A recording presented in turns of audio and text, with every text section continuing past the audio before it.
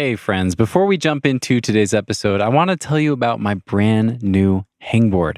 I'm so stoked about it. It's called the Nug. This is a collaboration with Fictitious Climbing. I've had this hangboard design in my head for years. It's super portable. It's the best portable hangboard I've ever used. I'm obviously biased, but I designed it the way that I did for a reason. I use it for edge lifting and training. I use it to warm up at the crag every single time I go climbing. It weighs almost nothing. It weighs less than one climbing shoe, and I'm super proud of how it turned out. I would love it if you guys would check it out if you need something to warm up with at the crag or if you enjoy training. I made a short video talking about the design and everything I like about it. You can find it on the product page at fictitiousclimbing.com, or you can get there through my website at thenuggetclimbing.com. Just look for the Nug at the top of the page. I hope you check it out and enjoy today's episode.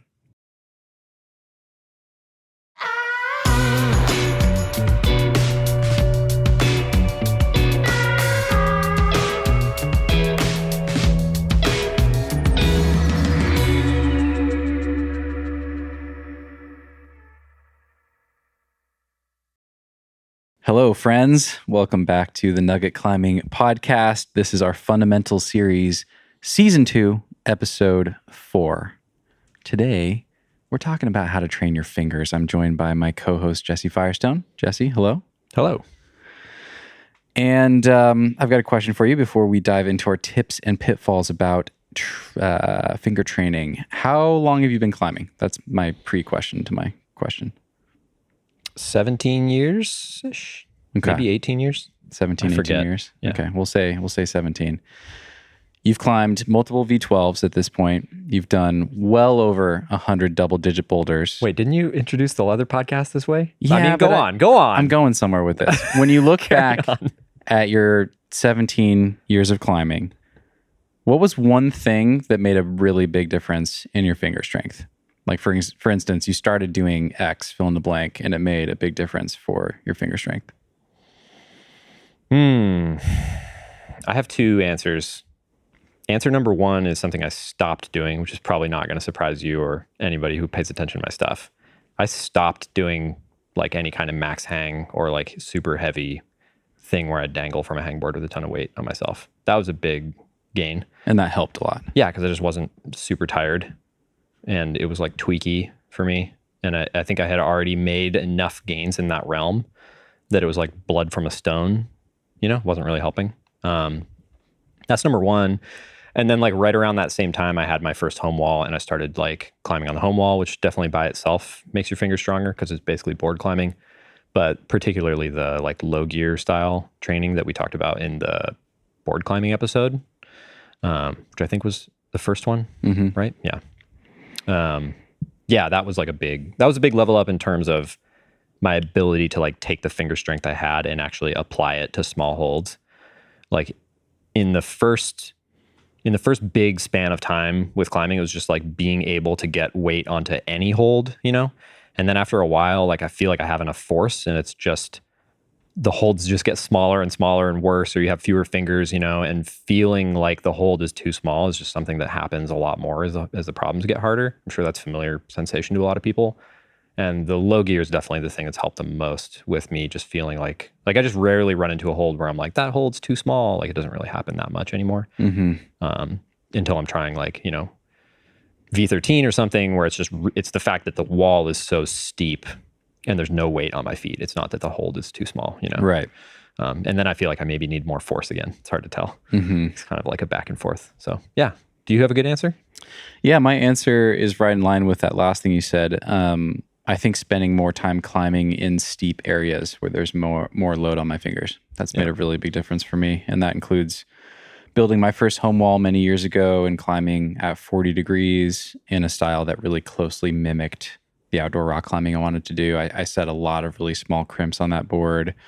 And then more recently, climbing in Waco, climbing in St. George and Rocky Mountain. I really haven't been consistent with my supplemental finger training in the last 4.5 years since I started the podcast. I've had 6 weeks here or 2 months there where I do some finger training, and I've done a few other things along the way, but I haven't been that consistent in the last few years, but my finger strength has gotten a lot better. And I think it's largely from just climbing steeper stuff more often. Yeah. I mean, rock climbing by itself, if anybody listened to the weight training episode, then they've heard me say the SAID principle, specific adaptation to impose demand.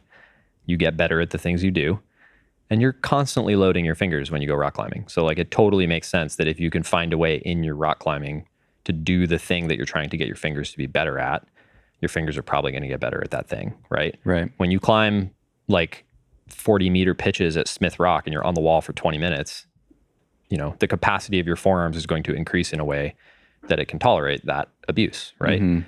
If you get in your car and you drive straight from there to Rocky Mountain National Park and you try to get on a 45-degree overhanging boulder of crimps, I mean, ignoring the elevation change, which would murder you by itself, that capacity you built at Smith like might be a little helpful, but for the most part, you're going to need a different thing. You're going to need to like build up in that other style, right? Totally. Yeah. And climbing has always been like my first stop to try to make my fingers stronger. I've always thought about it in that sort of way when I can. Nice. Yeah, that's great. Yeah, I felt really good at holding on to quite small holds with a lot of weight on my feet when I was climbing at Smith, and that did not transfer well to steeper stuff at all. But I feel like the reverse is also true. Like I probably couldn't go to Smith right now and climb super well, but I do feel like spending more time on steeper stuff with more load on my fingers has been a way better base. And then getting that small hold recruitment back is a pretty quick process, I think. It's easier to apply the steeper stuff to the less steep stuff.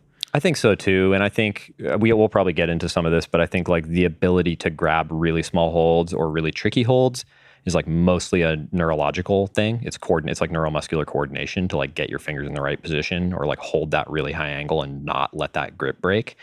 Like muscular recruitment is probably not the limiting factor in most cases there, unless the wall's crazy steep and you just need to hang on, right? But at a place like Smith, it's more like grab this fucked up weird like chicken head thing and then move your feet and then like lock off your arm. And during that whole process, like you have to not let your fingers wiggle or move. You have to maintain that same position. And yeah, that's largely a practiced thing. I bet you'd be better than you think. I think what would hold us both back if we went to Smith would probably, or at least me speaking for myself, would be the like, I'd just be shitting my pants probably. Yeah. I wonder about that sometimes. I think all that experience would come back in a couple weeks, but I think the first day or two would be pretty spicy. Like trying to do full overboard on day one is like not in the cards anymore. Yeah, I don't think. Yeah. Totally. Okay, should we dive in? Yeah, we should dive in. I've got, how many tips do I have? I have 3 tips, but one of them's like pretty mega.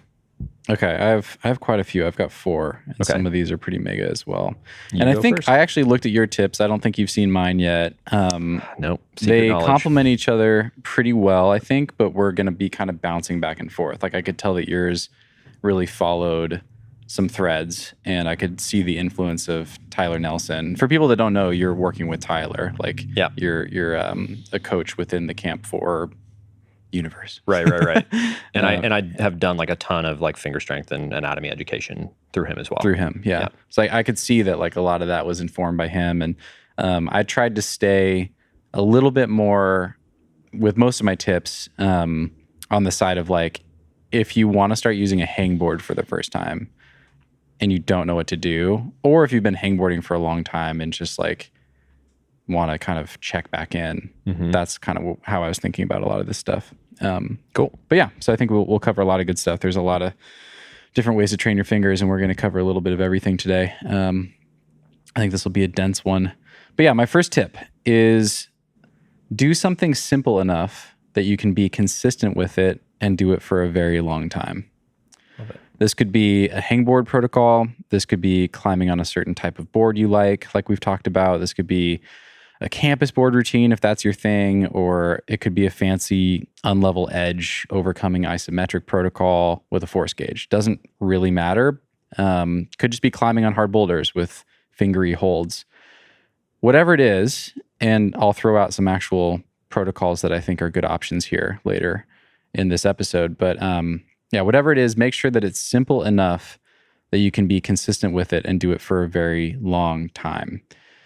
Yeah, I have a really hard time knowing like how much stronger my fingers have gotten in the past year. But if I look back at the last decade, my fingers are way stronger than they were. And I know that because I can do things on the wall that I wouldn't have been able to do. Yeah. You know, some of them, like with feet, without feet, whatever, I can just hold on to things I couldn't hold before. I'm not measuring that as much by like my 20 mil max hang. I don't really care as much about that. Well, and that number probably has like largely, I think that's something we'll probably talk about a lot, but it kind of stagnates after a while. Yeah, that number hasn't gone up, you know, as linearly as you would think compared to my climbing performance and my climbing ability, which I think is really interesting. I think it's not even like a bench or a deadlift or something where if you like really focus hard on it, you can still make pretty dedicated gains, you know, even if you're like pretty high level. Like if you've deadlifted 405, you still have room to grow, right? And you probably have to work pretty hard, but not like crazy hard. Whereas like if you think about you're climbing all the time, loading your fingers 3 times a week, you know? Yeah. That max hang number does not go up. Like there's, I think, some information to be gleaned there. Right. Yeah, totally. I agree with that. Having said that, my point here about doing something really consistently over a long time, I think this is the one thing that I wish I could go back in time and do differently. Mm-hmm. Like I wish I had done something as simple as max hangs 1 to 2 times per week for the last decade. And I don't even think max hangs are the best way to train your fingers, but something done that consistently, that simple, that consistently for that long, I think I would be a different climber than I am today. And I want to talk through a few case studies from the podcast, from conversations I've had on this show that kind of highlight the importance of this, and also like some counterexamples, because this isn't a rule written in stone by any means, but a conversation I had recently was with Nathan Williams, who's a really good climber. He's climbed V15. He's really close to doing Return to the Sleepwalker V17. And in that episode, he talked about like the simplest finger training protocol I've ever heard of. He like did a 7-second hang 3 times once every 5 days for like a whole summer. And he got insanely strong from doing that. It really doesn't have to be very complicated. Another one kind of in that same vein is Caleb Robinson. And I really liked his example because he started climbing relatively later in life. I think he was like 17 years old. So he didn't get that kind of freak like teenage adaptation that all the youngsters get. Mm-hmm. He was a soccer player. He's a pretty big muscular guy. And he's just been like rock steady with doing max hangs once or twice a week. And now he can one arm hang a beastmaker and he weighs like 180, 185 pounds or something. Sick. Which is pretty sick. And he climbs really hard too. He's like climbed V13. So you have guys like that. Then on the flip side, you have Jonathan Siegrist. I interviewed him years ago. One of my first interviews, I think it was episode 13 or something, was the first time he was on. And, you know, he might have changed this since then, but at the time he was still doing what he did for many years, which was like doing a single training block for 6 weeks once a year and just hammering his fingers and doing like those big repeater workouts, you know, every 3rd or 4th day for 6 weeks. And I don't think he trained the rest of the year, but what he did do is he very consistently tried insanely hard routes, got a lot of volume in on really small holds. And he was able to maintain that strength throughout the rest of the year and then like build on it with that one training block every off season. So there's like, that's just to show that consistency can look like a lot of different things. Right. It doesn't have to be the same hangboard protocol. I think, can I chime in on Jonathan? Yeah. I mean, I find him to be like one of the most impressive climbers, period, because I think I feel very aligned with him in terms of the ratio of like training to performance climbing that he's like willing to accept as a necessary evil. It seems like from the outside, you know? Totally. And I that totally resonates with me. I really see training as like, what is the least training I can do that's going to like make my climbing better? And then in the last few years, I've kind of been like, what's the least training I can do that's going to make my life better a little bit more than I did before? So one thing I've noticed with Jonathan, I think he may have talked about this on a podcast somewhere or in a video or something, is that he also climbs on a board, even when he's on a trip. I think maybe it was even on the That's Nugget. pretty recent, I think. Okay. I think he does that. I think he started that in the last like few years. So I think for me, how long has it been? I guess the last like 5 or 6 years, I've been climbing on a board pretty consistently. I would say the last few months are one of the few periods of a couple months where I haven't climbed on a board like at least once every 2 weeks. And that is for sure finger training. And I think for sure, I think qualifies as that form of consistency because I wouldn't say my fingers have like noticeably, like the rate of improvement hasn't gone up in the last handful of years, but it's still steadily climbing for sure. And I just don't have another great explanation for it besides all the board climbing. So yeah, well, that makes sense. Yeah, I have two more examples, case studies, and the next one's right in line with that. It's Noah Wheeler. I interviewed all those boys, those strong Northeast boys in Rocklands, and Charlie Schreiber is their coach, and he told this story of loading up Noah on the hangboard. The first time Noah ever hung on a hangboard, he just grew up board climbing. He loved board climbing, loves board climbing, climbs on the kilter board all the time, et cetera, spray wall all the time. And the first time he hung on a hangboard, he hung with one hand plus 70 pounds, I think, like body weight plus 70 his first day. It's crazy, right? And like, there's a lot of genetics going on there. yeah. But that just goes to show that like he board climbs consistently. And that has clearly made his fingers really strong. It doesn't have to be the hangboard. Yeah, I have a hard time with the verb made his fingers really strong. I think I get the sense with somebody like that, or you have like the Ethan Salvo type person who comes into climbing and climbs for like 4 or 5 years as almost an adult. I can't remember how old he was when he started climbing, but like pretty late by modern standards. And he's climbed, I think, V15. Like, I have a hard time with the idea that any sort of training is like largely responsible for that. Without a doubt, all the people who fall in that category have like an incredibly high work ethic. They're very skilled climbers. They're busting their asses. They're training really hard for sure. But at a certain point, your genetics really do play a big role in your ability to respond to that training. So I think that starts to fall into like N=1 territory. That's true. But I mean, there's countless examples of people starting to board climb or board climbing consistently and getting a lot of like making a breakthrough basically with their finger strength from doing that. I think board climbing is a super valuable intervention. I just think I would be hesitant to say that it made his fingers as strong as they are. Yeah. That's the part of it's the causality that I really struggle with a lot of these things, which is probably going to become evident in the conversation today. I don't know. I mean, yeah, he probably would have gotten strong no matter what, but I do think very consistent board climbing is a great way to train. Or maybe the very first day that he ever rock climbed, he would have been able to one arm hang with a 20 pound and he actually didn't make that much gains at all. I mean, it'd still be like a fabulously high amount of improvement. Anyways, I'll stop interrupting you. So the last one, I've got one more. And the last one's Matt Foltz. And I threw him in there because he's really into his OTGs, lifting reps off the ground. And he projects a lot on a board. And, he's a muscular guy who's got some of the strongest fingers around. And he can do like really hard, small crimp problems, which I think is really sick. So anyway, the main tip, once again, is to do something simple enough that you can do it consistently and do it for a long time. And all those examples are just to highlight that there's a lot of ways that can look. Nice. Yeah.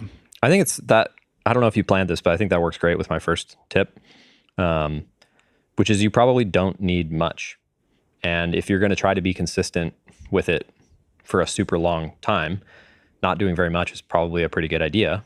And that doesn't mean you can't also do more during your training phases or whatever, right? But having that baseline that you're able to maintain even when life is busy or whatever, it's like super valuable. For me, I think just doing hard bouldering, like enough of it that it's challenging you, but you're also recovering from it is probably enough for a lot of people until at least maybe like the double digit level. That's probably enough finger training for a good chunk of the population. There's going to be other people who do need to do more than that. And I think we'll probably get more into the weeds about that later in the conversation. But in the long run, just bouldering will definitely give you finger strength adaptations because you're imposing that demand on your body. It's going to adapt to it in some way. I think your climbing style really plays a big role and stuff. So all that to say, the dose can probably be really low. Yeah. I do think finger strength training is protective, and just bouldering is probably like slightly riskier than doing some form of finger training. So figuring out what that dose is for each person and doing some like small amount of stuff is probably like a good idea. Like I would recommend that for the majority of people. You're about to go to Squamish for 2 months. Are you going to do any maintenance fingerboarding or anything during that time? That's a great... Because you're just going to be trying hard boulders, but it's in a pretty non-fingery style as far as like, all the different areas out there. It's like not as fingery as Waco or Joe's or something like that. I mean, it's funny you mentioned that because I just showed you a picture of the boulder that I want to try. And it's actually the bottom of the boulder, which is the crux, is actually quite crimpy. For me, it's like it's a crimpy boulder. It's like a lot of, the holds are like pretty good, but the boulder's steep and the feet are very bad. It's like a lot of position intensity and like being able to hang a lot of weight through like, a 15 mil or something like that. So I don't know if I try that boulder once a week, I'm not sure that I'll have to do that much accessory finger training, but we'll probably get into some of the different things that you can do to train your fingers. Like one thing that I do like week in, week out for quite a long time is I do some form of finger training at the beginning of every session. I'm not a huge fan of the super maximal finger training, but even when I did do max hangs, I would always do them at the beginning of the session. So I'd like warm up, climb a few problems on the board until I felt fully ready, go do my max hangs, and then I would go back to the board, right? At least once a week. Nowadays, that looks more like an overcoming isometric, like finger curl, and I'm not using the rest of my body. It's like all my fingers. And I would say I do that before 3/4 of my sessions to within like 90% of my max. And I don't measure it. I don't use a Tindeck or anything. If I'm outside, I just put a sling around my foot to do it. And if I'm inside, I'll do it on like a loading pin or on a platform. But I'm always going within 90% before I get on the board because I know that the forces I'm going to take on the board are like pretty major, right? So there's no reason to think that the finger training is like a riskier thing. Right. I just want to get that predictable stimulus in before I go to my climbing. So like that's a standby for me no matter where I am. And in Squamish, I'll at least do that on the days that I try that project for sure, but also probably on any other climbing days that I have as well. Mm-hmm. Nice. Yeah. So just to reiterate my tip, probably don't need much finger training most of the time. Yeah. Nice. That's it? Yeah. Number one? Okay. Only 2 bullet points on that tip. Nice. Okay. So for the rest of my tips, I'm going to focus more on hangboarding to give people simple options. Because I think, I don't know, there's been a lot of emphasis recently, especially from Tyler, other folks as well, on different forms of finger training. And I think a lot of things that are being experimented with make a lot of sense. But the hangboard obviously works. A lot of people have gotten really strong from it. It can absolutely help you reach your finger strength goals. And I think it kind of ties into our conversation last time, like the weight training conversation. I think it really comes down to reps in reserve or seconds in reserve. And for me, like owning the hold. And I'll circle back to that in a bit. But my tip number 2 is use big edges to get strong and use small edges to apply that strength to the rock. Eva Lopez is a badass Spanish climber. She's got a PhD and she did some of the earliest published research, maybe the earliest published research on finger strength training. And a lot of people listening probably know about this, but basically her findings were that training on a bigger edge got you stronger on a bigger edge, and it transferred pretty well to a small edge, whereas staying at body weight and only going down in edge size didn't transfer to bigger holds as well. I think a lot of people took that and ran with it and maybe took it a little too far, and I've certainly fallen into that, where I decided to spend most of my time or almost all my time training on bigger holds, because that's a weakness for me personally coming from Smith and things like that. But what I've found over time is that you really do need both to apply your finger strength to the wall, depending on where you're climbing. If you're climbing in a really, really steep area with big holds, maybe it's not as important. But if you're going bouldering or you're trying hard routes with small crimps and stuff, I think this is really important. And there's a couple ways you can do it. Like Eva, I think her takeaway was to spend a month or a block training on bigger edges with more weight and then pivot and do like a minimal edge protocol where you go at body weight and you just go down in edge size. Or, if you don't have a bunch of different size edges, you could just train on like an 8 mil and slowly increase the weight or slowly reduce the pulley deload weight or whatever, lots of ways to do that. And I think that's good. But something I like to do is just train them both at the same time. I think that works really well. What does that mean? So I'll often have like heavy finger day, which is like... Oh, just doing both sessions in the same block. In the same block. Gotcha. Like just training I thought you were like, just use a 12 millimeter. And like, yeah. No. No, just do both. Like I really like to do bigger edges in a half crimp with more weight. And then I'll do full crimps with a smaller edge with less weight. And just combine those. Okay. And usually I'll focus more energy on the heavier and the smaller hold is just kind of like my accessory lift, so to speak. But I think that works really well. They fit together really well. Yeah, I'll often have like heavy day where I do some weightlifting and I'll train on bigger edges, and I'll do some like right now I'm doing more grip and forearm and wrist stuff with like a wrist wrench and like the Talon ball and kind of a general heavier grip day. And then on my climbing days, I'll do similar to you, I'll do some hangboarding to warm up and include some specific targeted like small crimp training on that day. And Can't help but notice you don't have a hangboard in here yet, though. I don't. I just use the Nug for everything. Sick. Yeah. Yeah, it's been cool. I've been experimenting with that, and it's going really well. And that's the reason I put that sharp 8mm edge on that. Yeah, I really don't feel like you need to get super, super tiny. Personally, 8mm is my favorite. I remember I had a season where I was training for projects at Smith, and I had this thing that I made called the sloth board that was in my garage. And I bought like a 1/2-inch piece of hardwood from the hardwood store. And then this is when I worked at Epic Aircraft, and I cut all these 16th-inch thick fiberglass shims so I could like make the hold smaller over time. Mm-hmm. And I just hung it body weight in a half crimp, started out on the 1/2-inch edge and worked all the way down to 3 shims, which was like around 8mm, something like that. Interesting. That's a cool training idea. It was really cool. Yeah. Super simple. Super simple. And I remember once I got really strong on the 8mm, I tested my fingers on the next size down, which was like 6.5mm. And I ended up hanging there for like 12 seconds at body weight, full crimp without using my thumbs. I train full crimp without my thumbs.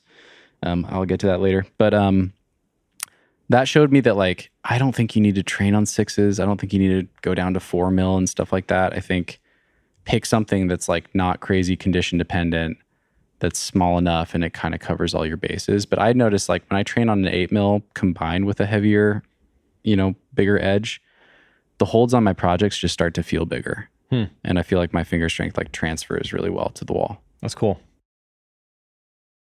And we will be right back. This episode is brought to you by Kaya. If you're anything like me, you probably love to travel and climb in new places. And one of the challenges I've faced when I was living on the road is managing an ever-growing pile of guidebooks. Climbers collect so many guidebooks, and they're expensive. They get outdated as soon as new zones get developed. They take up precious space if you live in a van like I do. It's such a first world problem, but I think a lot of you can relate. Kaya is a great solution. Kaya is an app that gives you digital guidebooks for more than 100 top bouldering destinations in North America, with more being added to the app all the time. The folks at Kaya partner with local guidebook authors to make sure all of the areas and info are up to date. They get exact GPS coordinates of the boulders, detailed climbing area info and navigation, comprehensive topos, and thousands of beta videos, all downloadable for offline use. I have like 3 editions of some of my guidebooks, but with Kaya, your digital guidebooks get updated automatically as new info is released. You can also log your sends, follow what your friends are up to, post videos, and a lot more. I've been using Kaya for the past year or so. I'm super impressed with what these folks have built. The folks at Kaya are all real badass climbers. They understand what climbers need, and they just wanted to make a useful tool that's going to improve the climbing experience for all of us. Check out kayaclimb.com or download the Kaya app from the App Store to get started. And if you're already using the app, you can use my special link right there in the episode notes, or use code NUGGET at checkout for 20% off your first year of Kaya Pro. That's kayaclimb.com or the Kaya app, and use code NUGGET for 20% off your first year of Kaya Pro.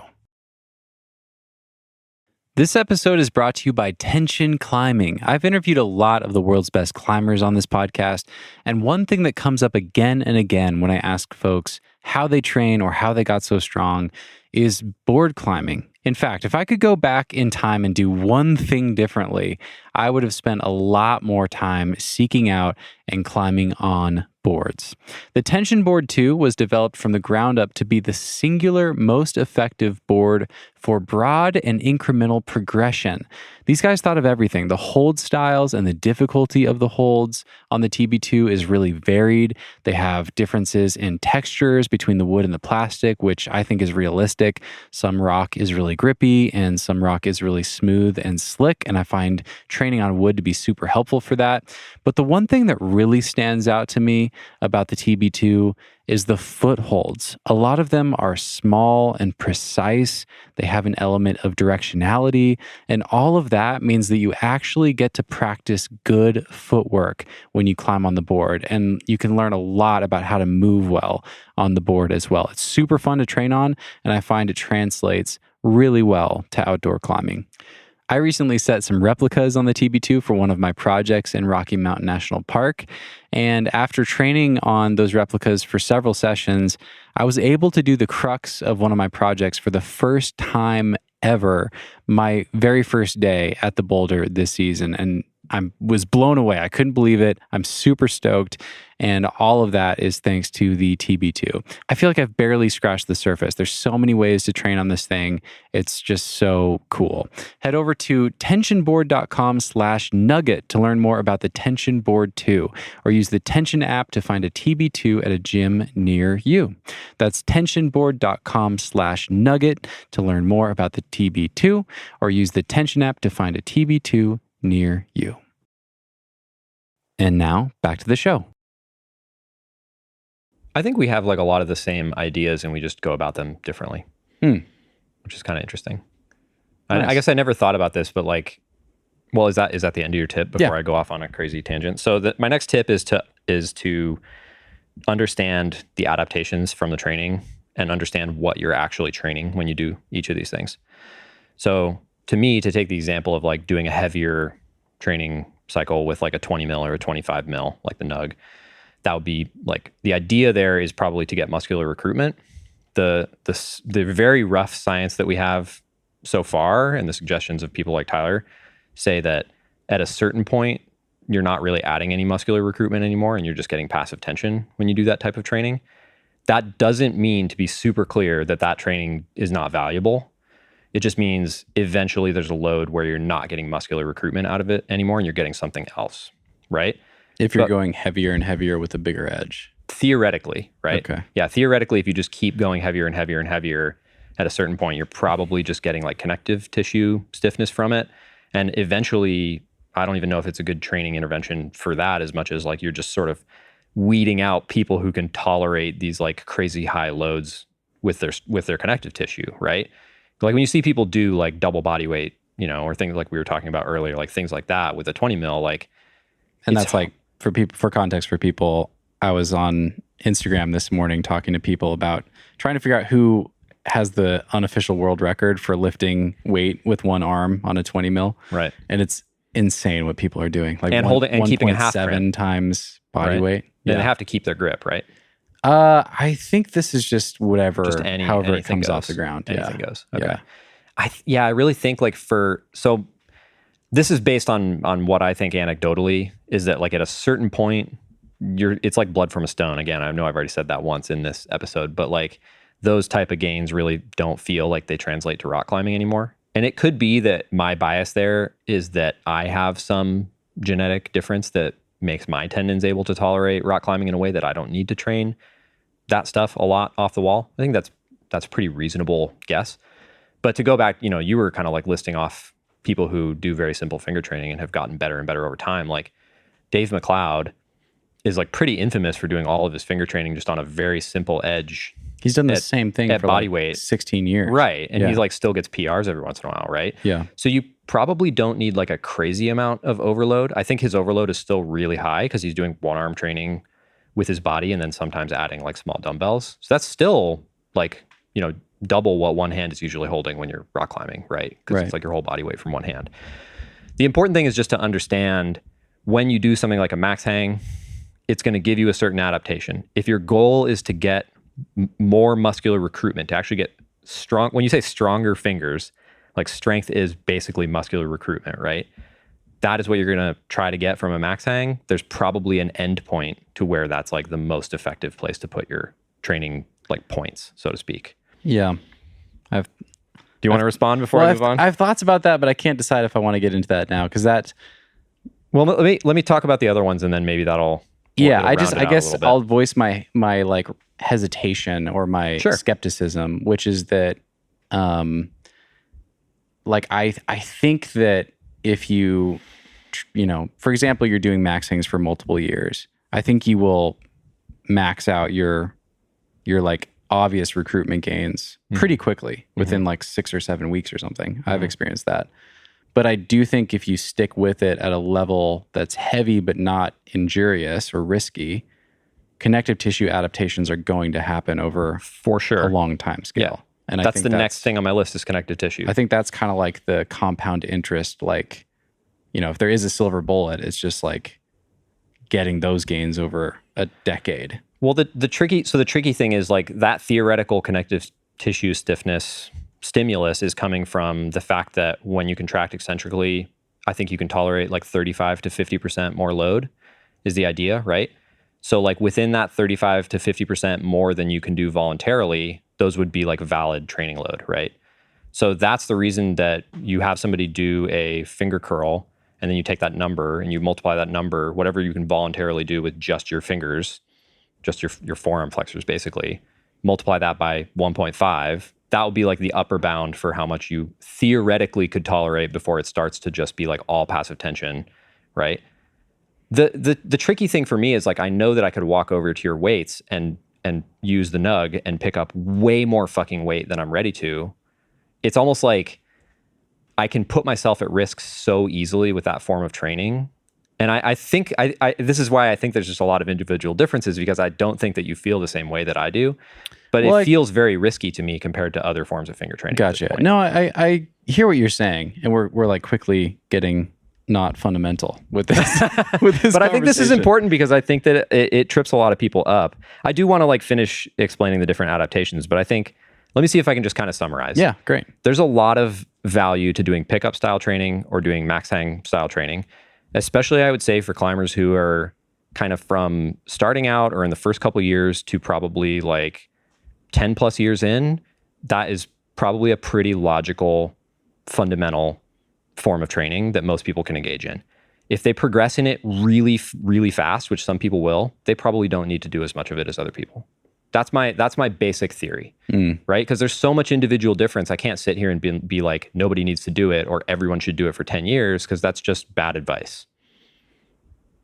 Anything to say there? No. I mean, I think we're pretty aligned, actually. I have a tip later on about owning the hold that is kind of like how I think about the same thing, but through more conventional hangboard methods. Okay. Like whether you're hanging or doing pickups, I think owning the hold is the way to make sure that you're staying within like a reasonable bounds of how much load you should be using. And you're still like optimizing for recruitment without just going crazy overboard by like kind of, it's the difference between like owning versus like surviving a grip. Or I do not do rep. any max hangs or pickups.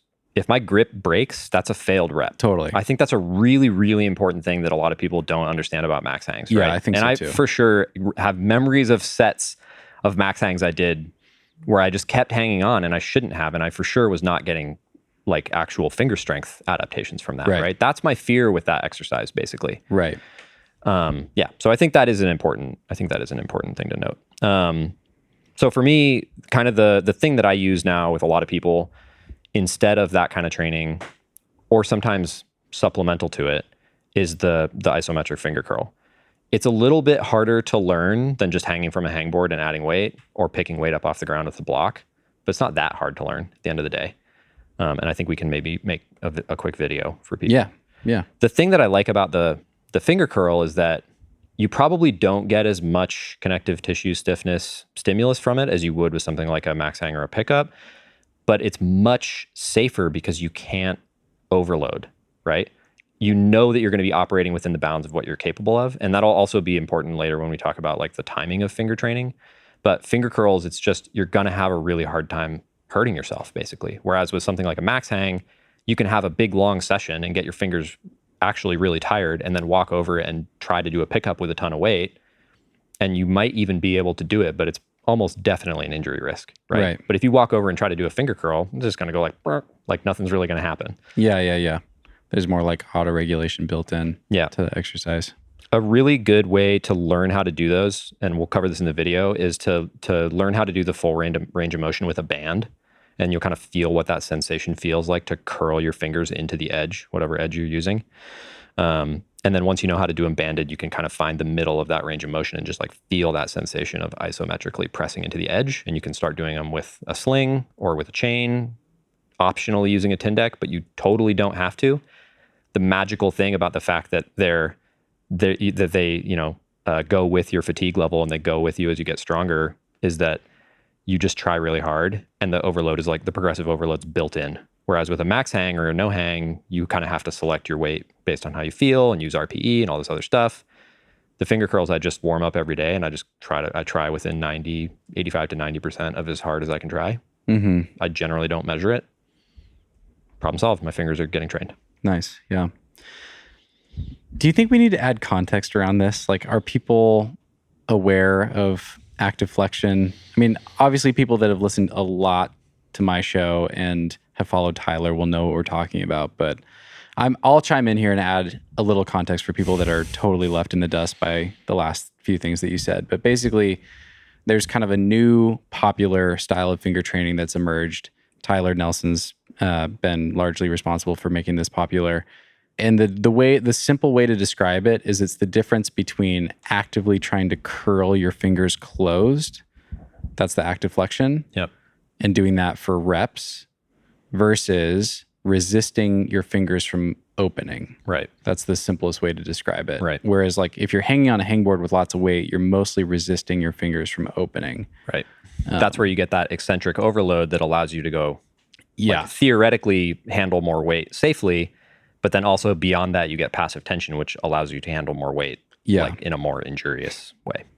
You can get away with hanging when you shouldn't be, and you're more likely to get injured. Yeah. And it's less, I mean, and just, I don't know how far, I think you maybe are going to talk about protocols or something later, but from a finger curl point of view, if you're just not sure where to start with finger training and you have like a tension block or an unlevel edge or something, the curls are very easy because you don't need any protocol. Yeah, you can just learn how to do it and sling then you just, around your foot. Right, you just do a few sets before every climbing session. And I think that is the least risky form of finger training. If somebody's like afraid of a hangboard or afraid of pickups or something like that, the curls are like very approachable and very safe. And then I'll let you go through your kind of protocols for getting started with the other ones. Can I talk really quickly about the couple other finger strength adaptations? We've got time. Yeah, we don't need to rush through this. I know this is a big one, folks. This is great. This is going to be a dense one. It might be our longest fundamentals yet. We'll see. So yeah, for finger strength adaptations, a couple others that I think are important to understand are obviously capacity and endurance, which I think are maybe not that fundamental. So I'm not going to go into crazy detail with those. But it might not be terribly surprising that I think like super heavy repeaters, again, are probably falling victim to the same like logical fallacy that max hangs are. Eventually, like repeaters with a little bit of weight or repeaters at body weight, probably more likely that those are going to be right in the right realm, you know? If you're needing to add so much weight to a repeater in order to do the like time, the duty cycle that you want to do for that training, then probably there are other forms of finger training or other forms of capacity training that might be a little bit less risky because you're just getting so much of your training benefit from that overload.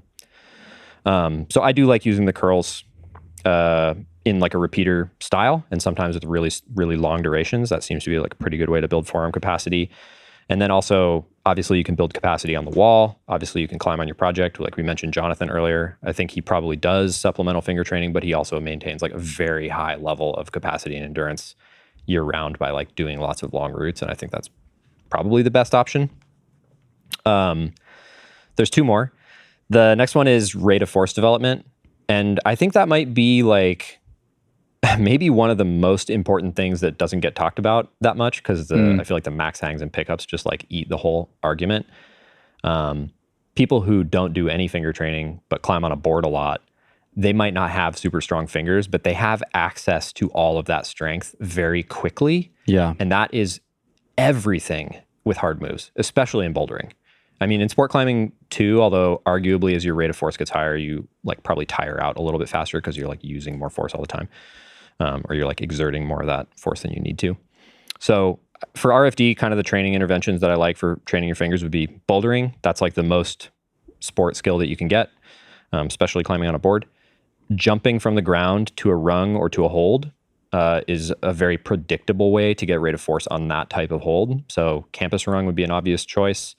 You don't necessarily need to do actual rounds of campusing. I think the initial jump and latch is probably the fastest. And then after that, most of the reps are actually pretty slow with campusing. And when we want to train rate of force development, we want speed, right?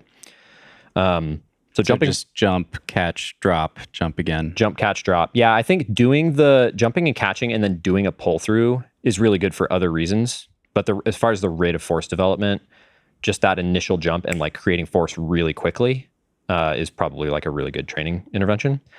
And then another one that I really like, and actually this is one of the things that I like hangboards for the most now, is just standing under an edge and just pulling on it really fast. So like going from I'm standing underneath this with my hand ready to I'm trying to one arm hang this like as quick as possible. And hangboard's like great for that. It's really hard to do that with a tension block by comparison, but pretty easy to do with a hangboard and pretty easy to do with campus rungs.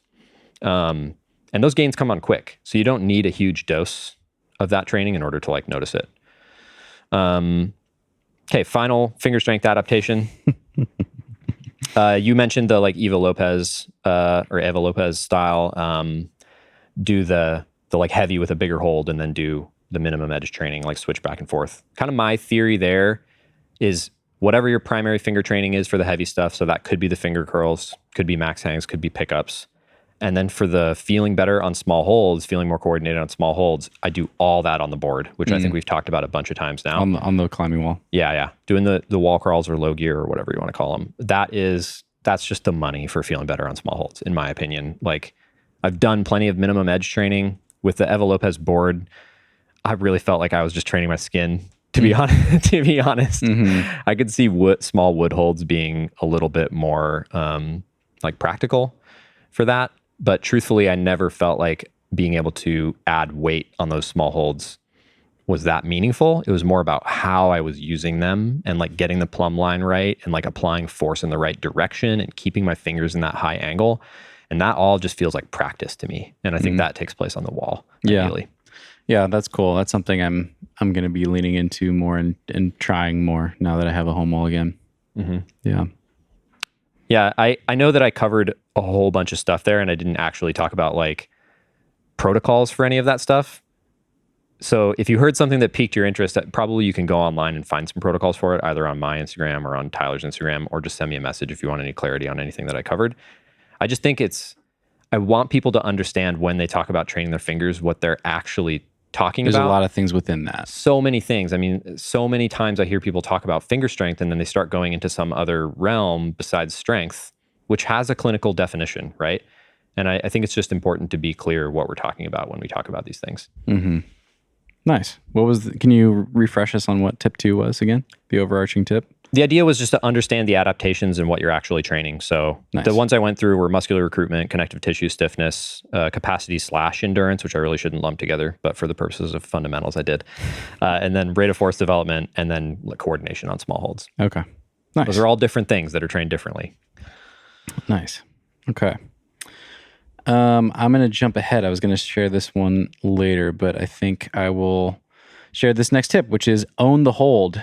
And the reason I wanted to talk about this is because for any of you who are overwhelmed by the overcoming isometric stuff, you just want to hang on a hangboard and keep your training really simple. I think this is an easy way to achieve the same ends. I feel so yin and yang right now. It's like perfect.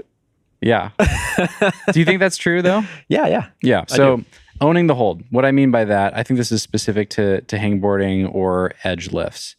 But yeah, simply give yourself enough of a margin with the load you're using that you can own the hold through the entire set. Whether you're doing a long hang or you're doing reps or you're doing repeaters or whatever. I mean, this is the same principle I think that's really important with weightlifting. Like, you don't simply want to survive the rep or the set that you're doing. You want to feel fucking good after, and you're going to get all the recruitment benefits and gains without the risk. And I think it actually works better than nudging up the load an extra 3% that you could barely get by with. Yeah, that jives really nicely with my recommendation about how high to take the load too, in my opinion. Okay. Right? Yeah. I mean, when I see people doing like heroic pickups, I'm just thinking like, they probably would get a better train. It's like when you go on Instagram and you see somebody doing a 1 rep max deadlift that's like killing them, Yeah. It's like, if they train that way, they would destroy themselves and not get stronger. They train with, presumably, if they're strong, they train with really good form at lower weights. And then once in a blue moon, they test their 1 rep max and it might look a little sketchy. Right. Where I think people go wrong on the hangboard is they do way too much of the testing their 1 rep max style thing, and their form goes to shit and they just survive. Especially like testing it too soon. I mean, the 1 rep max really is a nice kind of analogy, because I don't even like that it's called a 1 rep max, because like the idea behind it is that you have like an RPE 7 or 8. Like when Eva Lopez did her study, she was having people hang for 10 seconds with load that they could go for 13 seconds with. Like, you're not supposed to fail on a 1 rep, on a 10-second max hang. It's supposed to be like 85% hard, not like 100% and that's what your hard. working weight would usually be in like classical powerlifting. Like 85% is a very standard like working set weight, right? Yeah. The thing that I was going to say, the reason I think that's a good analogy is powerlifters, like serious powerlifters, like don't generally test their 1 rep max like that often, because it's absolutely exhausting and it interrupts their training, most of which they do at a much risky lower load. And it is also risky. Like, as long as you don't do it that often, it's probably not that risky, but it also it doesn't really give you that much information. Something that I love about the finger curl style training is that you take the finger curl, you get that number in a very safe way. You still try really hard, and it's going to be, you can like try to get the number to go up while you're testing, right? Which is cool. You get that, but it's safe. And then you use that to learn your training load. Whereas with the max hang style, you have basically two options. Like, you can just pick a load you think you can do, or if you're new to it, you're going to have to do a test and see where you fail. Right. I'm not like a huge fan of just putting more and more load on your fingers until your grip breaks. Yeah. Right? I agree. And yet that's like one of the most popular training modes that we have in rock climbing. Yeah. I'm not against max hangs. I just think we have all sort of like lost the plot with letting them be done the way that they're done. Yeah, totally. Yeah, I'm kind of anti. I mean, I get it. Like, I do this sometimes. I test my 1 rep max, but I'm kind of like anti doing that unless you absolutely like need to. When do you need to? If you just really want to like see if you're at your goal, or you're willing to take the risk, I guess. I've done popular training programs like back in the day where you would do a full out, like an all out test like every month. And then when I was saying earlier, I remember times when I was like trying to be a hero with my max hang, and I probably shouldn't have been. A lot of it is the same times that I'm remembering, It was like when I was doing those plans, and I survived. So I think it's survivable. Yeah. But yeah, I think it's, if you want to do something simple on the hangboard as your preferred, finger strength or finger training intervention, try to find the load by using RPE and like working up until you can do a 7-second or a 10-second hang with a few seconds in reserve. Yeah. And don't go all the way to failure to find out where your load should be. I don't think that's necessary. Yeah, totally agreed. And really quick, in case people didn't listen to the weight training episode, RPE, rate of perceived exertion. Or you can think reps in reserve, which in the case of a timed hang would be seconds in reserve. And theoretically, 10 minus RPE is your reps in reserve. So an RPE 7 hang would be 3 seconds in reserve at the end of the hang. So if you're supposed to hang for 7 seconds, you would pick a weight that you could hang for 10 seconds, which in my opinion is still really close to failing. I don't know if seconds in reserve and reps in reserve really are like a 1-to-1. Yeah. I get it though. Yeah. It gives you some guideline, and that's really valuable. Even if it's RPE 9, it's still better than failing. Right. No, that is interesting. I like watched a video of myself deadlifting the other day, and doing 5 reps took me 13 seconds. So I was like, okay, that's interesting. So a 10-second hang Like something we need to reconcile or figure out with hangboarding is like, what the fuck is a rep? You know? I don't think 10-second hang. I don't think you need to hang for 10 seconds to max out your muscular recruitment. I think 3 or 5 seconds is probably plenty. Right. But like, yeah, we're getting in the weeds. I think that's an important thing to understand. I mean, don't do your max hangs for 10 seconds. You just don't need to. You're probably not getting anything out of it that you're not getting out of a 5-second hang. Yeah, but I don't know. Like I've like really gone back and forth about this. Tyler talks about this all the time. I think it makes sense. Maybe it's better to pull for reps where you're hitting a higher peak force, but I get stronger from doing sets of 5 deadlifts, not from hitting my peak force once. Yeah, and you probably could get stronger from doing sets of 5 deadlifts where you held the top for 5 seconds every time too. I mean, sure, why not? It just doesn't, you don't need to do that in order to get gains. So like do shorter reps and do more of them. Right. I mean, yeah. Or just do shorter reps and go 2 pounds heavier. Like, yeah. Great. I am trying to make it fundamental here. I know. I don't know. Like there's so much we don't know. I kind of think like the 10-second hangs, there's something about that's like stimulating more connective tissue adaptation over the long haul. Maybe, but we definitely don't have science to support that. And truthfully, Steven, I think the reason that we like a 10-second hang is the same reason that we like a 20 millimeter edge. No fucking actual reason at all. It's just what we do. There's nothing wrong with using that as nothing wrong with using that as a standard. I'm just saying there's no need to be dogmatic about it. We can choose to do something else and make something else the standard. Right. It just takes a long time to change people's minds about these things.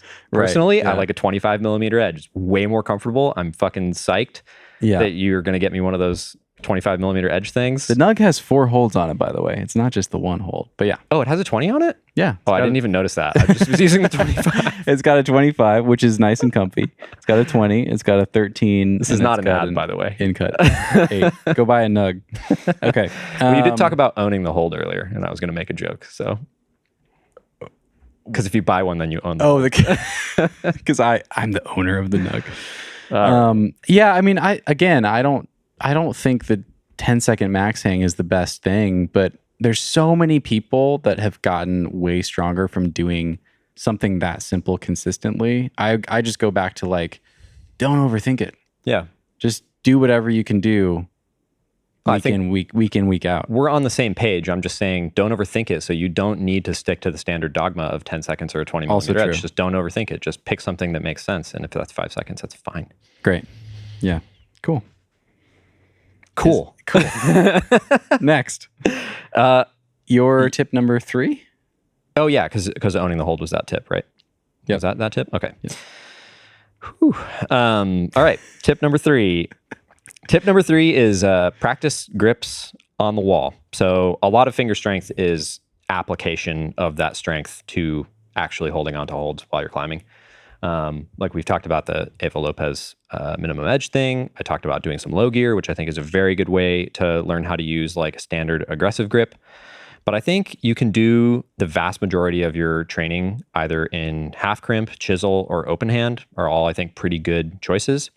I think Can you describe chisel? I think a lot of people are confused about what chisel is. To me, chisel is a really comfortable grip. Basically, it means your middle and ring finger are in half crimp and your pinky and pointer are in drag. Yeah. So if you have like an unusually long middle finger or ring finger or both, chisel's probably going to be more comfortable for you. Because something that happens when you try to get into half crimp is like once you get your pointer and your pinky into half crimp, your middle and your ring finger are like crazy aggressive. Like, yeah. And you wind up with like a ton of pit flexion. Knuckle angle. Yeah. And I think we've talked about this before. Like my pinkies do not half crimp, period. Like I have one side where I have to like use my other hand to bend my pinky, dip joint into extension. Like it just wants to stay flexed, right? Because I climb in chisel and train chisel like a lot. And I think that's fine. You can train mostly those grips for your high recruitment training and your connective tissue stiffness training. And if you have physiology that's cool with you half crimping with all 4 fingers, that's great. There are also now training options where you can train a half crimp at a 90 for all your fingers, like with the unlevel edges, and especially the like unique unlevel edges that specialized masochism makes, where it's like measured to your hand so that you can have all your fingers in 90 at the same time, which is kind of cool. Crazy. I'll link to some unlevel edge options, and I'll link to that one for folks listening in the show notes. There's a few others too, and I think I have them in one of my notes here. But the point of this tip, I got off track again. The point of this tip is you can do all the recruitment and connective tissue stuff off the wall in one of those kind of cornerstone grips: half crimp, open hand, chisel grip would be the main three that I would say. And then you have other grips. You have 2-finger, 3-finger, full crimp, obviously pinching, which is a whole other category of stuff that we haven't covered. Most of that stuff can really be practiced on the wall, I think, with the exception of pinching, which probably does make sense to practice off the wall too. But that's a different podcast. But I think a good starting point, if you feel like one of your grips is really weak, so 3-finger drag or full crimp, if those grips on either end of the spectrum are really weak, just do some climbing on very easy terrain where you can force yourself to use that grip on every hold. You can full crimp a jug, like a lot easier than people think, right? Just hold the edge of the jug and like full crimp it. And I'm not saying to like jump onto a moon board and like try to full crimp all the holds your first day of doing this. I'm talking like low angle terrain, easy climbing, maybe some smaller holds so that you're getting a little bit of practice, but like keep the feet big, keep the position stable. And doing some full crimping in that position, in that way, doing some 3-finger drag in that way, really good overall strategy to like make sure that you're rounded out and you're like kind of equal in all the grips. I think something that you see with really effective climbers, like really economical climbers, is they just know what grip to use when. So you can have somebody who has the same level of muscular recruitment or even less than somebody else, but if they have access to that full spectrum of grips, they're just going to look more efficient on the wall, like hitting things in drag and pulling them into full crimp, or like chiseling things when they need to, understanding how to get really high angle on things or like high angle on underclings in order to lean their body out from the wall. None of that stuff has anything to do with how much weight you can pick up or hang. It's all practice. And so like, don't underestimate the value of actually understanding how to use your fingers and hands while you're climbing. Yeah. That is a skill, a very important skill. Yeah, that's great. My next tip is right in line with that. So I'm gonna kind of riff and share additional thoughts. My next tip is to train a variety of grip types. And yeah, this can be in your training or in your climbing, but have an overall mix. And you just spoke to this, but this is kind of the grip gears concept. I really like that from Paul Hagogi. Basically, you can keep your fingers healthier and give your fingers more longevity. And if that's not a very sexy reason to do this, it also gives you more endurance on the wall. Like climbing a boulder with 15 crimps in a row is way fucking harder than climbing a 15 move boulder with random holds that are all different grip types. I mean, all other things being equal, if that makes sense, like it's just way pumpier to do the exact same contraction over and over and over again. I mean, a nice analogy might be like, imagine doing a boulder where you just do the same like type of move, like a Gaston move and a reach, and then like out to a Gaston and then a reach, and then out to a Gaston and then a reach and out to a even if that boulder is only 10 moves, it's definitely going to be harder than an equivalently difficult set of moves where every move is a little bit different. Totally. Right? Same thing. Right. And yeah, by training different grips, you just give yourself a different bag of tricks. You can take holds differently. You can add that variety to a climb where someone who's less practiced in that might think they have to crimp every hold. Like you might realize, I can actually drag this non-crux move hold, or maybe you get really strong in drag and you can climb the crux that way or whatever. Yeah. Drag is a highly undervalued grip these days. Yeah, it gives you more reach. For sure. Yeah. I think a lot of like kids in the youth scene are really learning how to drag because there's so many open holds. Yeah. And the ABC drag. Yeah, totally. But also like, just for anybody, we did a climb on the board today where there was one hold where I like finally learned how to grab this hold, and it's like, this hold's like built to 3-finger drag, and now I think it's the sickest hold on the board. And I like hated it before, but it's actually awesome. Yeah. Drag's amazing. And yeah, so Jesse already talked about doing this as a skill and practicing it on the wall, and I think that's totally great and really wise. I'm going to share some go-to grips that I train if I'm trying to accomplish this on the hangboard, and I think that can be really good too, because for instance, when I was climbing at Smith a lot, I just wasn't getting that much variety of grips on the wall, and I wasn't doing a ton of other climbing outside of that when I was in season. But I would continue to train like my 3 or 4 go-to grips, and that is an open 4-finger or a half crimp 4-finger. And I would say doing half crimp and chisel can be great, but I almost would say just pick one, whichever feels more comfortable for you. based on your finger anatomy. Yep. And then 3-finger drag, I think, is really good. That for me kind of covers like the different pocket combinations if I'm just kind of maintaining or general grip training. And then a full crimp in that kind of high angle position. I really like to train my full crimps without using my thumb wrapped over. I've talked about this several times on the show, but I tuck my thumb under, but I still call it a failed rep if I sag out of that acute crimp position. Interesting. And the reason I started doing that years ago is because I was training crimps a lot, and I started to like get irritation in the dip joint of my index finger. Yeah, like collateral ligament from twisting, or just... Yeah, kind of like hyperextending it by putting the pressure right above the dip joint. And it also trashes your skin on your index finger because you have like double the load basically. I pretty much only thumb on when I'm like sending it. Yeah. I don't train that. Yeah, I think it's good to train without your thumb, and then it's like it's not like that complicated to just wrap your thumb again when you climb on your project. So, you probably want to practice it. Yeah. Like, but it's just, I think it does, even the little risks, like the risk to your skin and the risk of irritation over time are like non-zero. And I think it definitely has a pretty significant, like bigger risk, because you're just putting your thumb is really strong and you're putting all that force through the tip of your pointer finger too, for sure. Right. Like I did a very crimpy boulder a few weeks ago called the butter knife. And I don't know if there's a distinction people make between hard crimping and full crimping, but when I put my thumb over, I call it hard crimping. I'm not sure if that matters. Okay. I hard crimped like several holds in a row, and my fingers in general were like pretty numb for a while because this was a flash attempt and it was like very extreme. But my pointer fingers, in particular, they just, I didn't get injured or anything, but they just ached for like 2 or 3 days. Oh my God. From one go. Wow. So yeah, be careful with that thumb over grip. Or maybe I should have trained it more. I don't know. Too late now. Yeah. So yeah, those are my 3 go-tos. I might add in a pinch depending on what my goals are and whether that feels like something I want to do, or like another specialty grip, like a mono if I'm climbing in Wild Iris or something like that. My favorite use of pinch training, quick interjection, is for people who don't actively use their thumbs while they're climbing. Because when you're climbing, there's often so much stuff going on, like reminding yourself to keep putting the thumb on the hold is very distracting. It's not an easy thing to do when you're like trying to climb a hard thing, you know?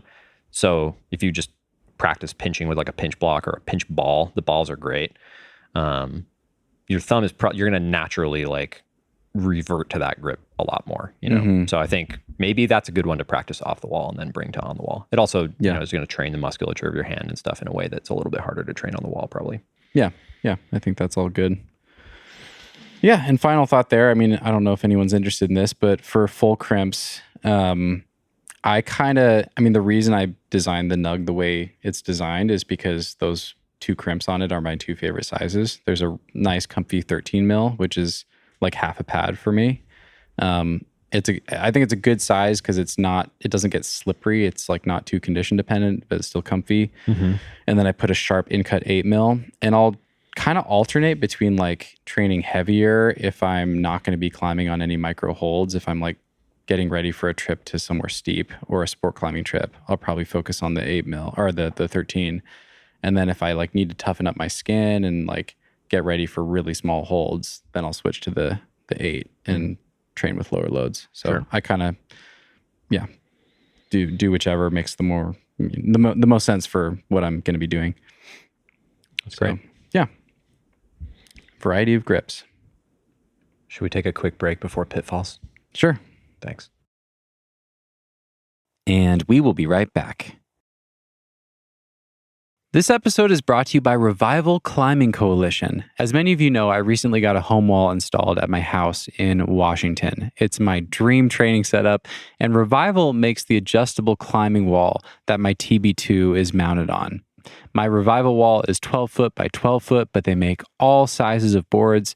They make fixed angle and adjustable boards. Their adjustable boards go from 15 degrees overhanging all the way down to 70 degrees overhanging with the touch of a button. They also make foam landing systems. I got one of their landing systems as well, and I absolutely Love it. It's super comfy to fall on, and I never have to worry about missing the pads or twisting my ankle by landing on the edge of a crash pad. I really admire this company. I recorded an episode with David and Tony, the founders, earlier this year, and we talked about how Revival got started and what sets their products apart. The two of them installed my wall in just 2.5 hours. It blew my mind. The design is super elegant. They use a lot of engineered lumber, so their walls are more environmentally friendly than a lot of the other climbing walls I've seen. They look beautiful, and that also allows them to be less expensive than a lot of their competitors, which for homeowners is a huge plus.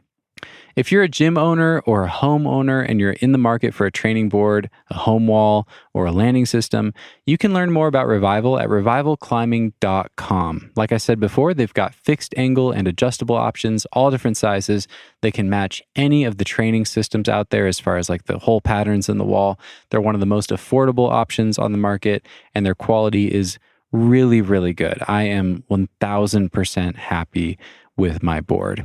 One more time, that's revivalclimbing.com to learn more. Be sure to reach out to those guys if you have questions. They're super personable and knowledgeable. And if you do reach out, be sure to tell them I sent you. This episode is brought to you by BetterHelp. I am a huge fan of therapy. It's helped me with having better boundaries around work. It's helped me build a healthy relationship with my girlfriend. It's helped me enjoy my climbing and feel more clear about what I want to do in climbing. Basically, it's a really helpful tool to do better at life. You can talk about anything, whatever you're struggling with or want to get better at. Your therapist is simply there to listen and help you find your own way. I go to therapy twice a month through BetterHelp, and nothing beats sitting down and talking with a professional who is there for no other reason than to listen and help.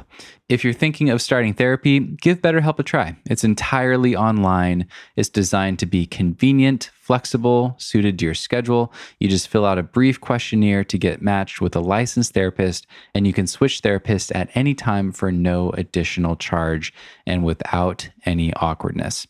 Discover your potential with BetterHelp. Visit betterhelp.com/nugget today and get 10% off your first month. That's BetterHelp, HELP.com/nugget. And now back to the show.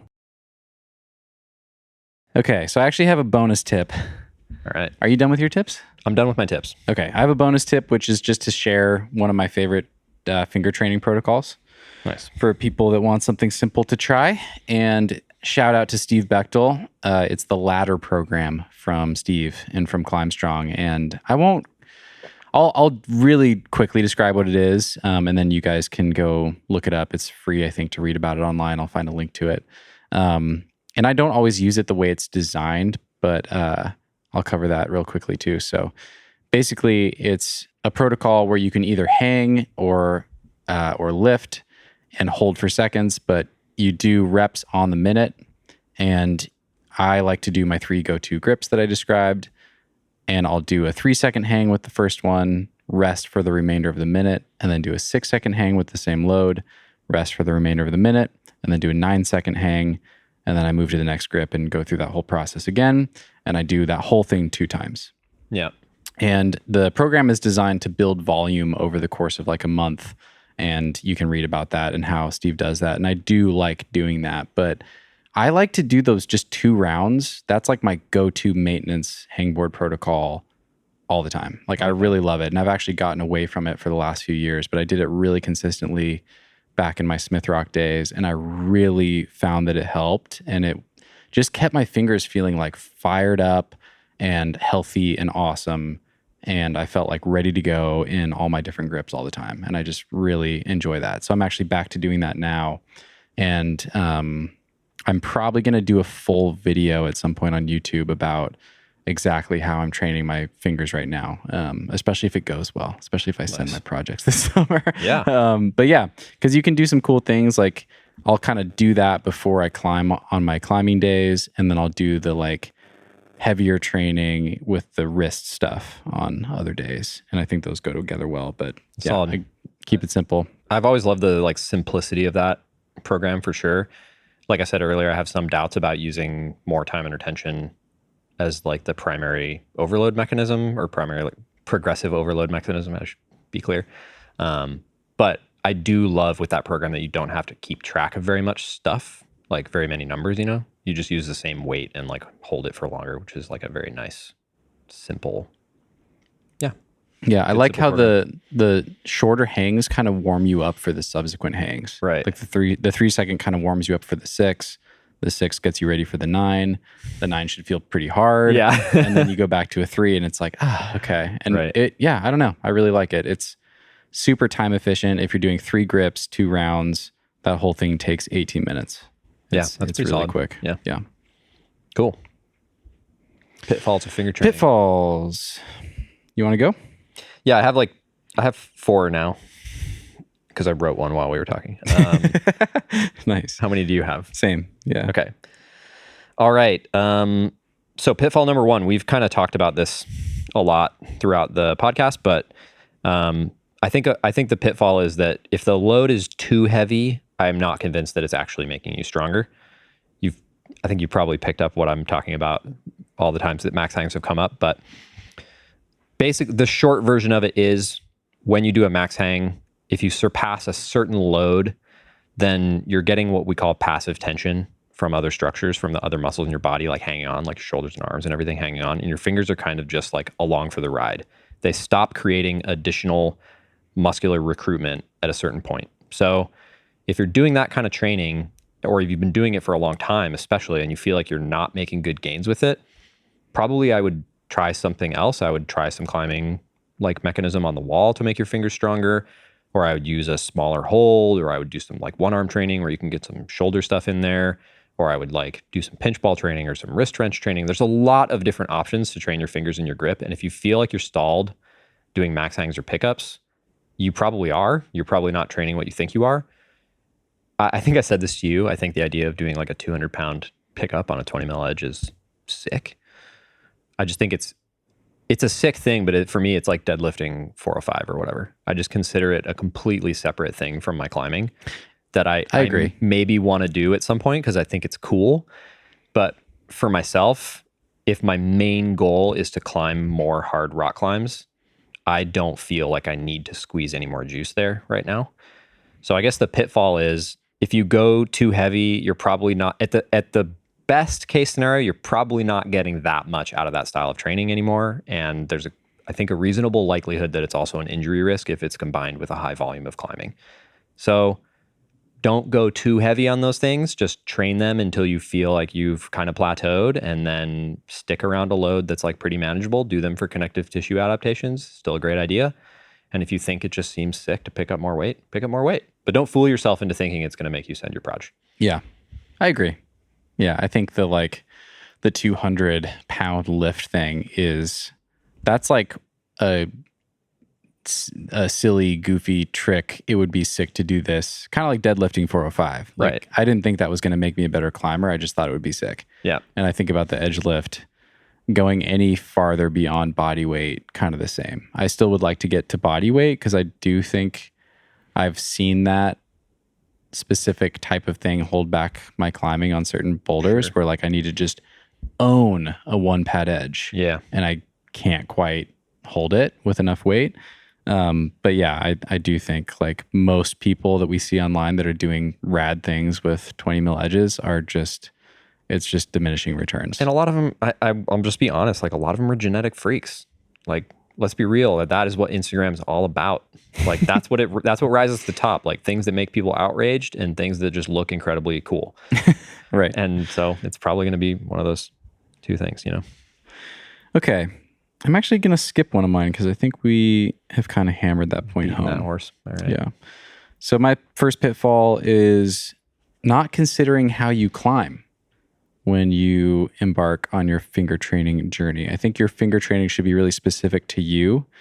And I really loved my first interview with Aiden Roberts. He talked about this a lot. Like he's got definitely what we would say on the surface, like some of the strongest fingers in the world, right? Whatever that means. You've already outlined how complicated finger strength is and how like silly it is as a concept because there's all these different parts of it. But he's not that rad at hanging from a Beastmaker center edge. And he can climb on these like nasty little 5 mils on his 50-degree board or whatever. The hardest finger boulders in the world. The hardest things in the world. And he just really understands how he climbs, the way in which he climbs. He says that all the time, the way in which I climb. He's got really long pinkies. He like knows how to use holds in a way that works the best for him. And when I was talking about how he trained for the Midnight Project, which is now Arrival of the Birds, you know, he noticed that like, oh, I need to be strong in a front 3 crimp for 30 seconds on this one hold. And so he's doing insane. Front 3 30-second density hangs, you know? And so, yeah, making things specific to how you climb. Something I didn't appreciate for a long time was my own finger anatomy. It took me a long time to really connect that like, oh, my pinky's kind of this weird length where like you can see the other 3 fingers are like really close in length. So I actually don't love unlevel edges that much because my like index ring and middle finger are almost the same length. Sure. Yeah, but it also means that like your front 3 grips are probably unusually like strong because you get more synergy between those fingers than other people do. Like I think your pointer's so. not left out as much as other people's. Right. I think 3-finger drag and 3-finger like half crimp are good grips for me. But I realized, oh, my pinky's like this kind of awkward in-between length where if I half crimp on a 20 mil, it's not fully dragging and it's not able to half crimp. It's kind of in no man's land and it's not contributing that much. And like, that's why I struggle with that lift. It's not like just realizing that was really helpful to you almost realize. Need like 3-finger chisel is like your grip maybe, where those front 3 are in half and then your pinky's dragging and you just call that your training grip. Right. Yeah.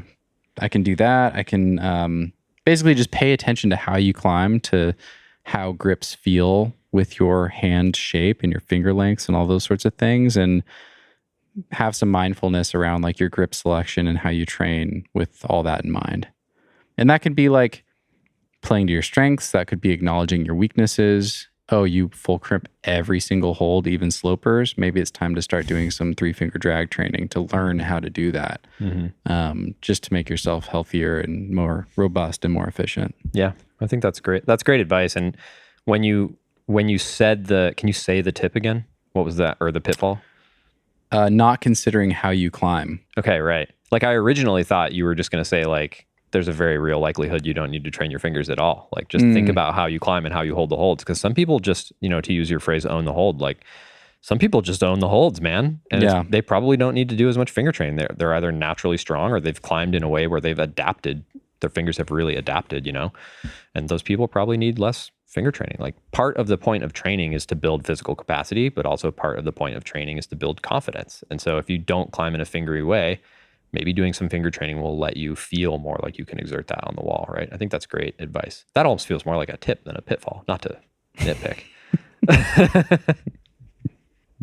The pitfall is not considering how you can. Double negatives. Don't not consider. Yeah. All right. Me? Oh, that was good. That was a good chime in. Yeah, Thanks, it's all dude. you. Thanks. Okay, I feel like we're building back some of the rapport. I was a little worried there for a minute. Okay, my next pitfall is doing your finger training when you're tired.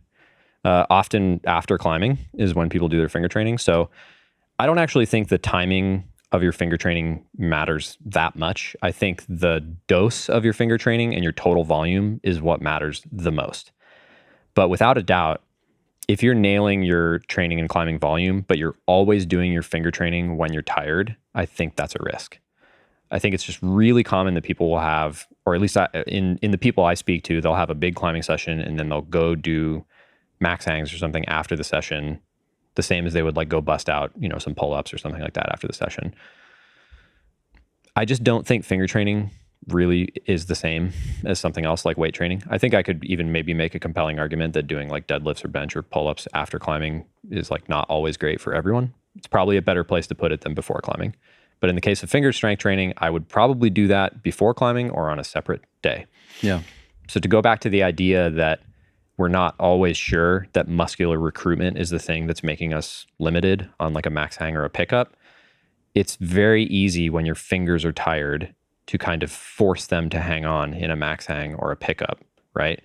Whereas with those other auto-regulated forms of finger training, like the finger curl, you're just not going to be able to do that when your fingers are tired. You're not going to be able to like force yourself to produce a higher number.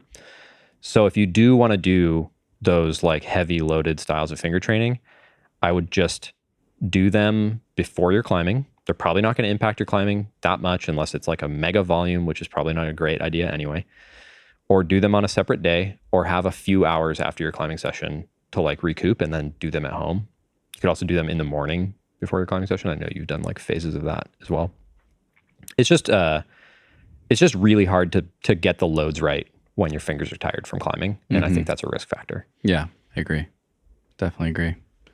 Yeah, and like I do think it's really different than other weight training because of priorities. You know, I think of it that way. I mean, I think everything you're saying is the most important reason to not finger train at the end of a climbing session. But finger training is also just a higher priority. So I do it when I'm fresh. That makes sense. Deadlifting is not a high priority. I think it helps my climbing, and I think I can still do it at a high enough intensity after a board session that it will probably still make me stronger because there's so much less overlap in what I'm hitting on in a board session. Yep. But if I'm not deadlifting my best, it doesn't fucking matter to me. But if I'm not finger training my best because I spend so much time year in, year out pulling on my fingers, like it really needs to be super high quality training. Agreed. I really think the risk factor comes from you can do a board session and walk over and still bang out a set of max hangs. So you're going to think that it works, right?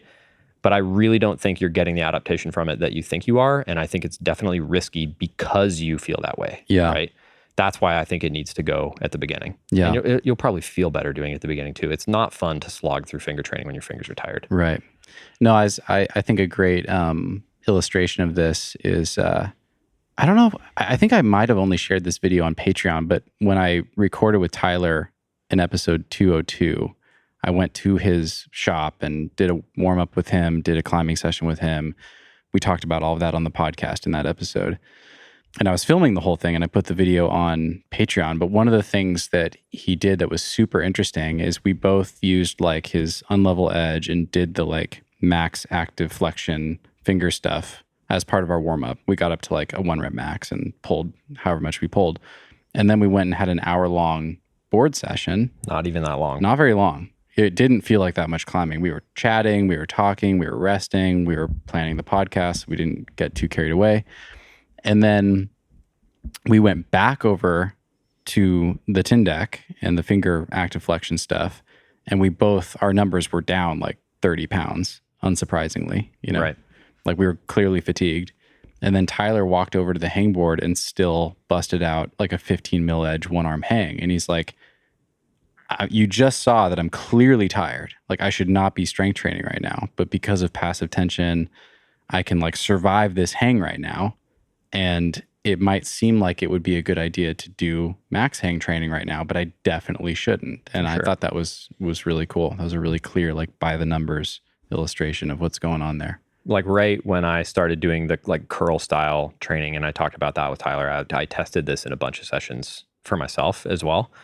Like same deal, just with a tin deck, pulling on a platform, and even like you can either do a max finger curl like you're talking about, or so max active flexion, whatever you want to call it, max finger curl. I just think finger curl is like a slightly easier phrase. That's better. That's less confusing. Another really good test is just a rate of force test. So like set your block up with a tin deck and just pull on it and try to create as much force as fast as you can. Doing that at the beginning of your session and then doing it at the end of your session is also like a pretty good indicator of if you're too tired. That should be an indicator of if you're too tired to keep doing board climbing. Because if your rate of force is super low and you keep climbing on the board, you're just going to be like grabbing all the holds fucking weird, or like cutting your feet and stuff. You're just going to be uncoordinated. And that's when you're like really at risk of popping a pulley. Like I think the majority of pulley injuries happen because there's some kind of sudden load, either a jump, a foot slip, a finger pops off the hold, all the fingers pop off the hold. Your pinky drops or something. All those situations are where you wind up with pulley tears. And having lower coordination is like the risk factor that creates that situation. So knowing if you have a tin deck, knowing how to test your finger curl and knowing how to test your rate of force, like two very smart things that you could learn how to do. And for sure, just the general idea of like not doing your finger training when you're tired is smart. Having data to back it up is ideal, but like the safe thing to do is just don't do your finger training after the session. Yeah. And I think there's probably some outdoor climbers who are listening to this who are maybe thinking I'm talking to them. But if you like climb outside and have your day and then you walk out, drive home, make yourself some dinner, like your fingers are going to be ready to train by then. It's fine. That's like a different thing. Gotcha. That's a good distinction. I'm talking about like climbing on the tension board, walking 12 feet over there and doing a set of pickups. You know what I mean? Like that's the risk. Yeah, that makes sense. Yeah, that's great. Nice. Okay, my second pitfall is switching protocols too often. And there's some nuance to get into there because I think variety in your training can be good and it can keep your body healthy and fresh and stuff. And if you're stuck at a plateau and you've been doing the same thing for ages, then yeah, consider switching it up. But I think there are way more examples of people who've gotten really strong from doing the same damn thing 1 to 2 days per week for years than there are of people who try a new thing every month and chase the fads. So this goes all the way back to my very first tip, which is do something simple enough that you can be consistent with it and do it for a very long time. Yeah, I think I would say that if you only had to take away one thing from this episode, that would be my number one. That's probably good. That's probably a good choice. Yeah. Nice. So yeah. My next pitfall is too much, quote, perfect, unquote, edge training. Like we kind of mentioned earlier, I think the 20 mil is just sort of an arbitrary standard that we stumbled on. I don't think it's a bad standard necessarily. But I think that there are some risks with just like only ever using a flat edge for all your training. So like for some people, an 18 might be more comfortable just because it might like nestle into the joint differently on different physiology. And then same thing for like a 25. I find like a 25 really, really comfortable. And my numbers on a 25 I've used like a special tension block that was 25 mil. And like pulling on a tin deck, my 25 mil pull was like, I don't know, 3 or 4 pounds more than my 20 mil pull. It's like not significant. So as a training intervention, they basically seem the same, but a 25 mil feels way better on my fingers, right? So like, I'm not worried about what the ideal is or what the standard is. I'm going to choose the thing that feels best for going hard on my training to me.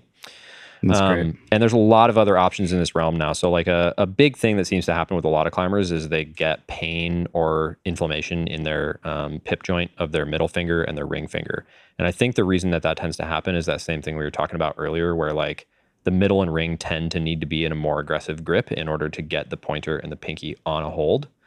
And so that pip joint is just in more extreme flexion, like more of the time, and it just winds up getting inflamed and swollen. So doing your finger training also, if you have that, doing your finger training on an edge that's causing that same thing is probably a risky thing to keep doing, especially if you're doing it really heavy. And there's a lot of other ways to load your fingers, right? Even just looking at the holds on a board and thinking about the way that you grab them, it's often a little bit more equitable in terms of load distribution just across a session than like a bunch of max hangs on a 20 mil. Right. The force is going to get distributed. Your thumb is involved way more. Some fingers on some grips are going to take way more load. You know, if you're like holding a side pull and your pinky is on something and it's like all your fingers are stacked, like, yeah, your pinky's going to get abused on that hold, but it's only one hold you're grabbing out of the whole session. Versus if you're doing a whole session of finger training on a 20 mil, it's just the same thing over and over on the middle and ring finger pips. So there's definitely a risk there. Some of the other training options, we've kind of mentioned them briefly, but unlevel edges, there's an increasingly large set of options. There's specialized masochism. Metacarp edge is another one. And then process physio, I think, also has one. I also think tension did a limited run. I don't remember if they are doing it fully now. They did do a limited run. It might be a product now. I don't know. The Ergo edge, I think it was. Yeah. It's kind of like, it's like a rounded wood edge. Yeah, and even just the tension hangboard jug that has like a bump in it so that your fingers are more in like a natural position is actually a really, that's comfortable too. So if you're doing, pull-ups or like weighted pull-ups or something and you've been doing them on like a hangboard, like getting a hangboard that has a bump like that, like might help for your pip. I also think the wrist wrench or pinch ball are pretty underrated for finger training. Like if you're in that camp I was talking about earlier where you're just banging away at the max hangs and pickups and like not making gains, like just do pickups with a pinch ball or a wrist wrench. You can probably go way heavier on those with less risk. honestly. Yeah, that's something I'm doing some wrist and talon ball or wood ball training right now, and it's I'm really curious to see what happens. I'll report back and let people know. But I've never done that before. I've had a tweaky right wrist for like 3 years from an injury, and it's been really interesting. Like I'll do some wrist flexion with the wrist wrench, and like my right wrist, which is the tweaky one, will feel way more sore the next day from the left one, and I can tell that like stuff is happening in there, and it's the strength is coming pretty quickly. So I'm pretty excited to see if that transfers to the wall. But it makes your forearms yoked, so that's cool. Yeah, yeah. All right, what's your next pitfall? My last one. My last pitfall is stressing out about which protocol is the best. Nice. Don't do that. I've done that. I've stressed a lot about that. It's a stupid thing to obsess over. Just pick something. Pick something you like and do it. Don't overthink it. There is no magic protocol. Keep it simple. Be consistent and be patient. Nice. Yeah. Solid advice right there. There's a silly quote that I heard years ago that I really liked. I don't know why, but it's stuck with me ever since. And it's just that 5 years from now, the only guarantee, assuming you're still alive, is that you'll be 5 years older than you are now. And I kind of like that. Like I think about that. I guess the rest of the quote is like, so who do you want to be in 5 years? Sure. And I like that because it's like, okay, do I want to hangboard twice a week or do whatever twice a week or even once a week for 5 years? Like that's so boring. And like, do I really care? But it helps me when I'm thinking about like things that don't make a difference in the short term, but might keep me healthier in the long term. It's like, well, 5 years from now, I'm going to be 5 years older. That's guaranteed. It's happening. Yeah. And I can either, be a different version of myself by then, or I can put off the thing because I don't want to do it this week or next week or this month or next month and never get around to it. And then that change never happens. Yeah. So, I guess 5 years from now, I would love to be the kind of person who can think 5 years ahead. It's hard. It's hard to make decisions that impact you in the long term. So I'm hoping that's something that I get better at automatically. Yeah. No, I am making a joke. I'm not being serious, but I think it's good advice. And I think finger training is really like it's a super long game because a lot of it is those connective tissue adaptations. And like, it takes years.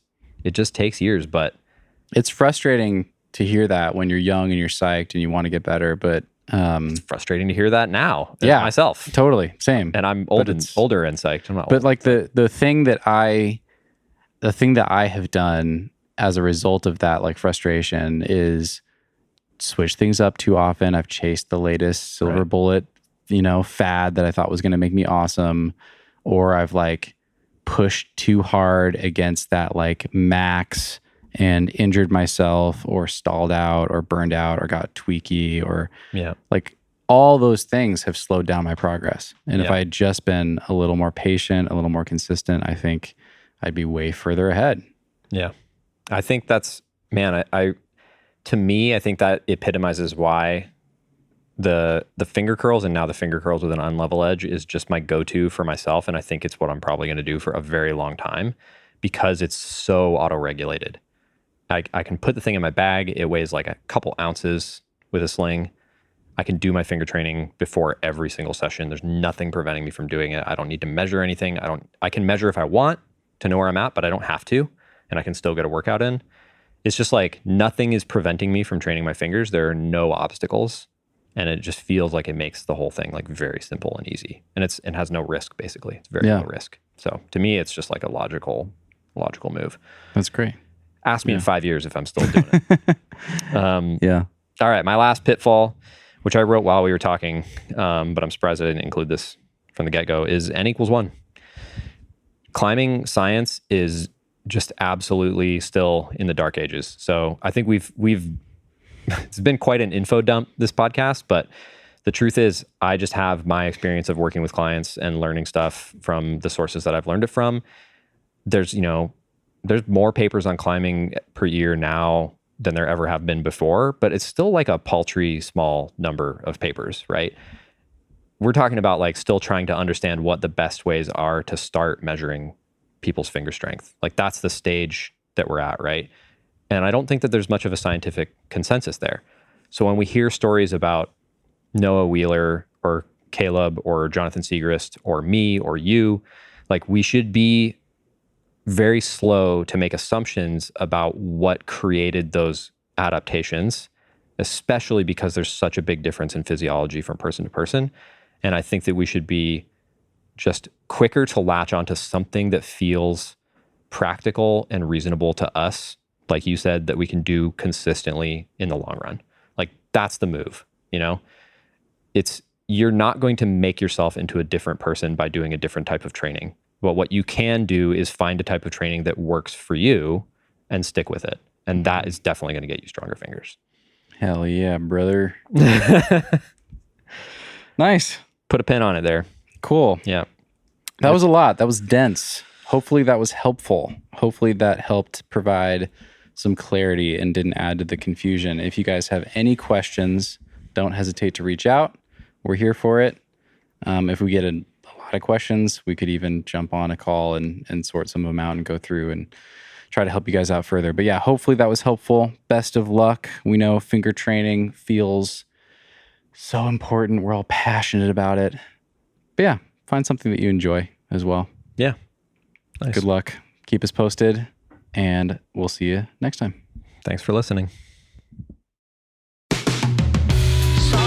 Hey friends, 2 things I need to tell you about before you go.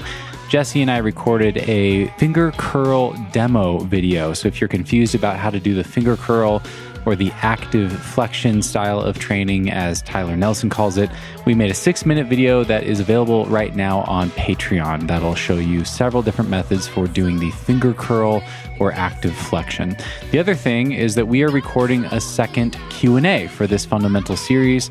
Q&A number 2 is going to be focused on the weight training episode and the finger training episode. So if you have any burning questions, you can email us, you can send us a DM on Instagram, and that Q&A is going to be available soon on the Patreon version of the show, as well as Apple Podcast Premium. We look forward to your questions, and we will see you next time.